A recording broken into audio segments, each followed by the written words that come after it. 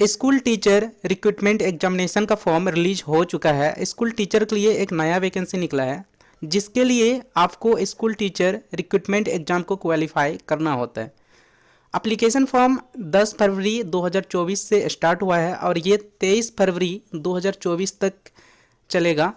ये फॉर्म 23 फरवरी के बाद से बंद हो जाएगा, उसके बाद आप इस फॉर्म को फिलअप नहीं कर सकते हैं। तो अभी ये फॉर्म स्टार्ट है, तो इस फॉर्म को भरने से पहले जो है कुछ बातों को ज़रूर आपको ध्यान में रखना होगा, जैसा कि ईमेल और फ़ोन नंबर होना चाहिए। और उस ईमेल को आपको तब तक रखना है जब तक आपका फाइनल एग्ज़ाम कंप्लीट ना हो जाए और आपका फाइनल रिजल्ट ना आ जाए, तब तक उसे रखना है। डॉक्यूमेंट्स का जो आपका साइज होना चाहिए, जो भी आप डॉक्यूमेंट्स उस पर अपलोड करेंगे, तो मैक्सिमम 100 KB की होने चाहिए। उससे ज़्यादा होगा तो ये नहीं वेरीफाई कर पाएगा। तो आपके कैमरे मोबाइल में वेबकैम होने चाहिए, जिससे आप अपने फ़ोटो ले पाएंगे, फ़ोटो खींच पाएंगे।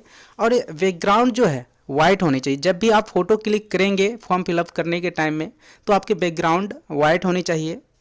सिग्नेचर मैक्सिमम 15 KB की होनी चाहिए और इसके डायमेंशन 202x100 पिक्सल की होनी चाहिए, ठीक है। JPG फॉर्म या फिर JPEG फॉर्म में चलेगा। तो चलो देखते हैं कि आखिर में फॉर्म को कैसे फिलअप करना है। तो सबसे पहले आपको आना है BPSC के वेबसाइट पे। जैसे ही आप BPSC को लॉगिन करते हैं तो सिंपली देखिए, ये मेरा अभी लॉगिन है, तो इसका लिंक जो है आपको डिस्क्रिप्शन बॉक्स पे भी मिल जाएगा, वहाँ से सिंपली आप इसे फॉर्म फिलअप कर सकते हैं। तो सिंपली यहाँ आपको क्लिक करना है, क्लिक टू अप्लाई।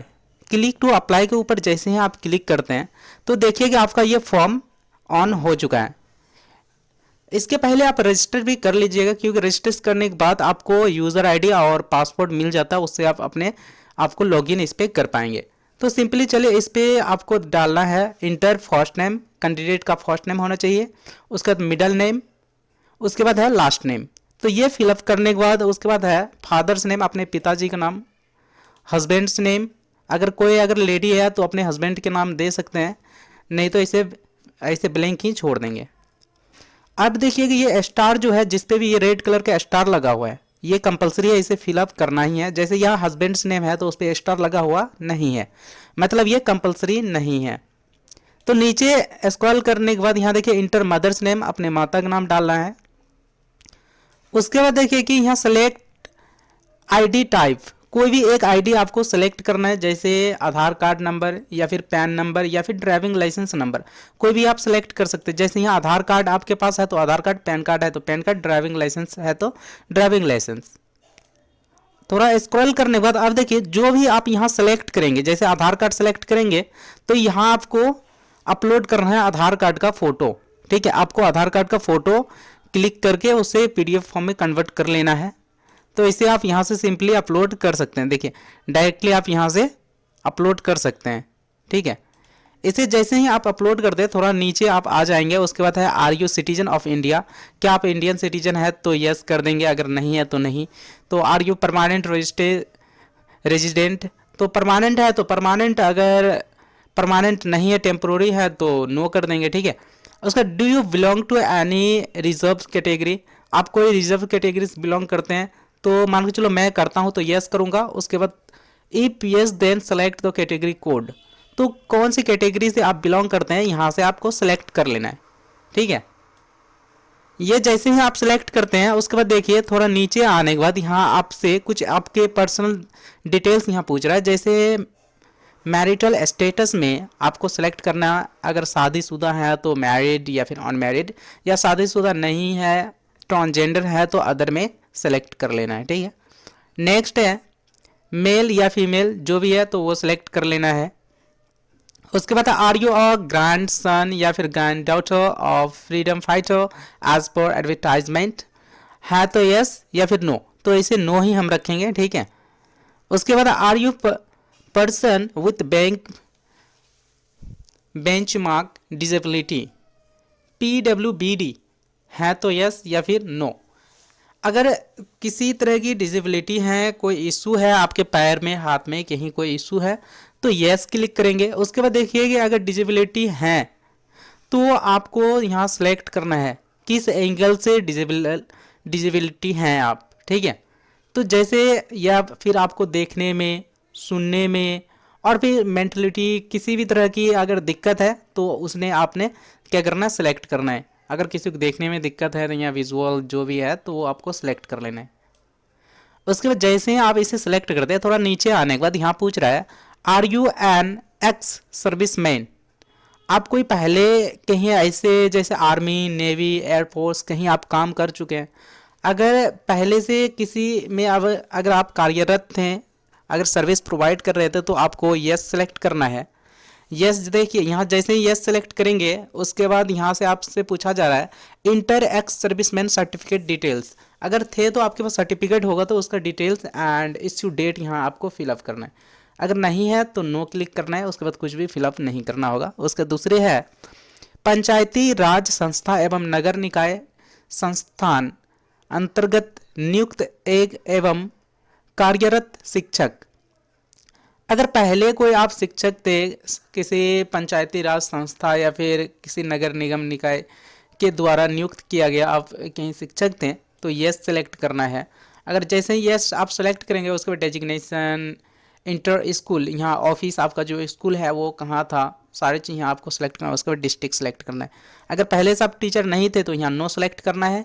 उसके बाद थोड़ा स्क्रॉल करके आपको नीचे आना है। नीचे आने के बाद यहाँ से आपको पूछा जा रहा है अपनी शैक्षणिक योग्यता के अनुसार इनमें से कोई एक को चुने। आप देखिए कि अब जो है अपनी प्रशैक्षणिकता की योग्यता के अनुसार आपने क्या कर रखा है या फिर किसको आप एजुकेशन प्रोवाइड करवा सकते हैं, जिसे आप करवा सकते हैं। मान के चलो अगर किसी ने पीएचडी कर रखा है तो बीएड, बीए मतलब ग्रेजुएशन लेवल के स्टूडेंट को तो पढ़ा ही सकता है। अगर आपने सिंपली अगर सिर्फ बीए कर रखा है तो यहाँ आपको वही सिलेक्ट करना है जिस स्टूडेंट को आप पढ़ा सकते हैं, जिसके लिए आप एलिजिबल हो सकते हैं। जैसे यहाँ मान के चलो केवल संगीत, ललित कला, नृत्य कक्षा 9 से लेकर के 10 के लिए आप जिसको भी पढ़ा सकते हैं यहाँ से आपको सिलेक्ट कर लेना है। थोड़ा नीचे आने के बाद है आपके द्वारा उत्तीर्ण पात्रता दक्षता परीक्षा वर्ष 2012 से पूर्व नियुक्त एवं कार्यरत शिक्षक केवल दक्षता परीक्षा या फिर पात्रता परीक्षा। यहाँ से जैसे ही आप सेलेक्ट करते हैं तो देखिए कि यहाँ आपको बहुत सारे ऑप्शंस मिल जाता है। आपने किस कक्षा के लिए दक्षता परीक्षा उत्तीर्ण की है। आप देखिए अगर आपने पहले कोई परीक्षा दिया था, अगर पास किया है तो यहाँ से आपको सेलेक्ट करना है। तो किसके लिए आपने पास किया था तो यहाँ से आपको सेलेक्ट करना है। उसके बाद सर्टिफिकेट नंबर और उसके बाद है इश्यू डेट। ठीक है, ऊपर वाले जैसे ही आप जाते हैं ऊपर वाले सेलेक्ट के बाद यहाँ से पूछा जा रहा है आप इनमें से किस पात्रता या फिर दक्षता एवं पात्रता परीक्षा की योग्यता धारण करते हैं।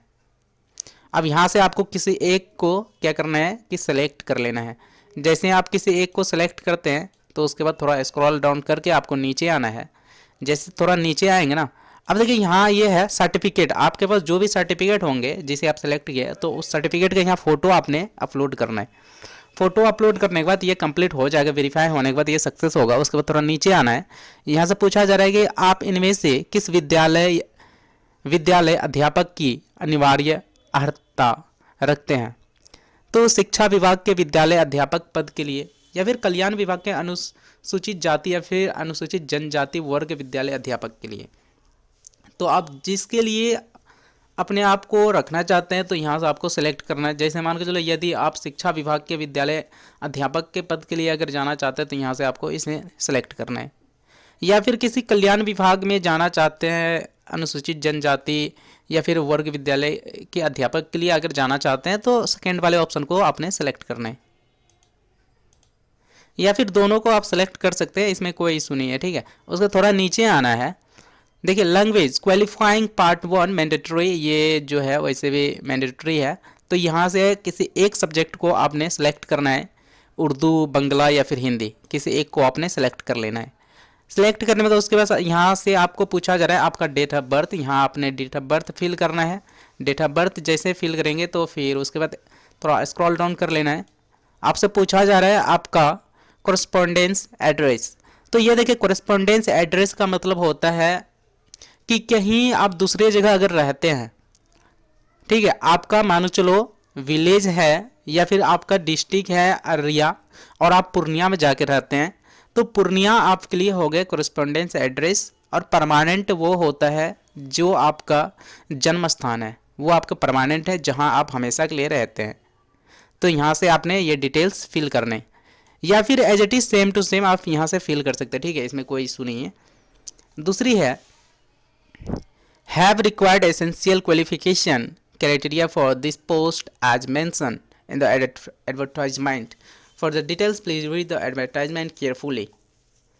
अब देखिए यहाँ से पूछा जा रहा है कि you have required essential qualification criteria, आपके पास जो है जो भी इसका क्वालिफिकेशन क्राइटेरिया है, जो भी ज़रूरत की चीज़ें हैं, ये सारे आपके पास हैं। अगर है तो यस, अगर नहीं है तो नो पे क्लिक करना है। तो मान के चलो अगर आपके पास है तो यस पे क्लिक करना है। यस पे जैसे ही आपने क्लिक किया तो उसके बाद यहाँ से आपसे पूछा जा रहा है आपके मोबाइल नंबर, मेल वेरिफिकेशन, यहाँ आपको ईमेल डालना है, उसका कंफर्मेशन ईमेल डालना है, उस ईमेल को दोबारा फिर से यहाँ डालना है। उसके बाद मोबाइल नंबर, उसके बाद जैसे मोबाइल नंबर यहाँ फिल करेंगे गेट मोबाइल OTP पे क्लिक करके उसके बाद यहाँ OTP फिल करना है, ठीक है। OTP जैसे ही फिल करते हैं उसके बाद कैप्चा फिल करना है, उसके बाद सबमिट रजिस्ट्रेशन फॉर्म। जैसे ही आप इस पर क्लिक करेंगे तो आगे की जो प्रोसेस होगा आपका, आगे की प्रोसेस में आपको फ़ी भी कुछ पे करना होगा। फ़ी जैसे ही पे करते हैं आपके यूज़र ID पासपोर्ट सारे मिल जाते हैं, तो उससे फुल एंड फाइनल आप क्या कर सकते हैं कि अपने फॉर्म को फिलअप सबमिट कर सकते हैं। तो ये था प्रोसेस, यहाँ से आगे आप खुद ही कर लेंगे, बहुत ही आगे स्टेप जो है बहुत ही सिंपल होता है। सो देखने के लिए बहुत बहुत धन्यवाद and thank you so much everyone. और ऐसे ही बहुत सारे जॉब्स के जो नोटिफिकेशन है आपको सबसे पहले मिल जाएगा इस चैनल के माध्यम से। सो इसे सब्सक्राइब एंड वीडियो को लाइक ज़रूर कर देना and thank you so much everyone.